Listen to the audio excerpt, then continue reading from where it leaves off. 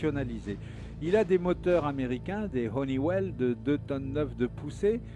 Il est équipé surtout d'une avionique, c'est-à-dire l'instrumentation de bord et les calculateurs qui sont désormais incontournables dans l'architecture d'un avion moderne, qui lui permettent en fait de voler à la manière d'un simulateur 2.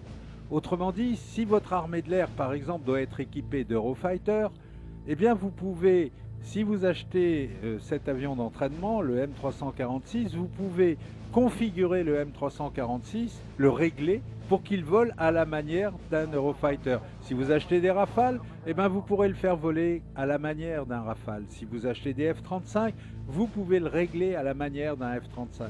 Et donc c'est un avion qui va permettre de conserver chez des pilotes de combat un niveau élevé sans pour autant utiliser les heures de vol des avions de combat eux-mêmes qui sont beaucoup plus coûteux que ces machines d'entraînement.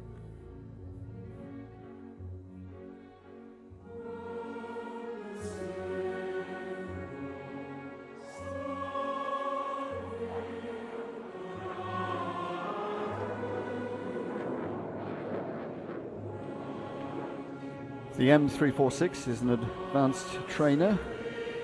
This aircraft is rare among training aircraft as it's capable of Mach 1.2. That already is an unusual feature for a training aircraft. The design of the electronics and the avionics are such that it can be tailored to imitate those of frontline fighters differently. So if your Air Force is equipped with the Eurofighter, the M346 can be tailored to appear and behave as a Eurofighter. Alternatively, if you have the Rafale in service, the M346 can imitate the behavior of the Rafale. This allows the pilots to transition to the frontline machines and much more easily than with an aircraft which doesn't display the same characteristics. The two 6.3 1,000-pound thrust Honeywell Avio turbofans endow the M346 with close to a 1-to-1 thrust-to-weight ratio, and this translates into vastly superior performance to that of existing advanced trainers and close to that of frontline fighters. Alors c'est un avion qui devrait préfigurer l'avion d'entraînement du futur, peut-être, enfin en tout cas c'est le souhait du constructeur d'un Air Macchi, c'est le souhait, c'est que cet avion finalement devienne un peu un standard de l'avenir. C'est vrai que les avions d'entraînement, surtout aussi innovants que celui-là, ne sont pas légion. Cet avion a été commandé à 15 exemplaires pour l'instant par la force aérienne italienne, le premier avion de série à voler en mars dernier.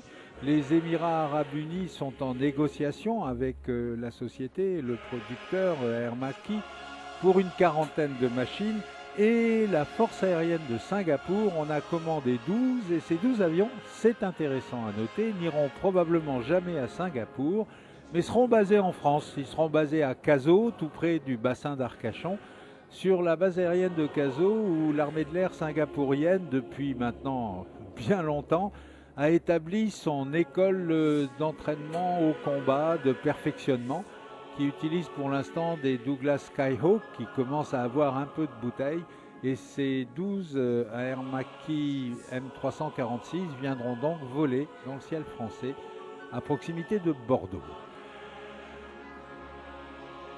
27 of these aircraft have already been ordered, 15 by the Italian Air Force and 12 by the Singapore Air Force, who will base them at Cazaux Air Base in the southwest of France, where they will replace the Skyhawks currently used by the Singapore Air Force in France for training their frontline fighter pilots. The United Arab Emirates has selected the M346 and is expected to order up to 40 of these aircraft, 20 in the trainer version and 20 as light combat aircraft. C'est donc une nouvelle génération d'avions d'entraînement qui sont très très proches dans leur architecture, dans leur performance. Ils sont très très proches des avions de combat de pointe.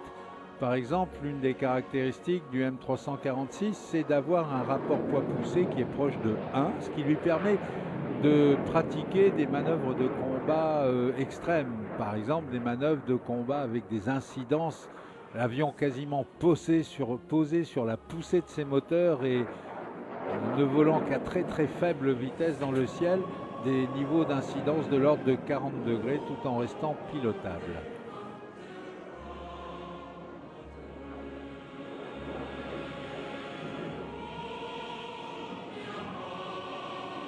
The M346 exploits non-conventional features and advanced technology. Vortex lift aerodynamics, together with the full authority fly-by-wire control system, allow it to remain fully controllable at angles of attack of up to 40 degrees.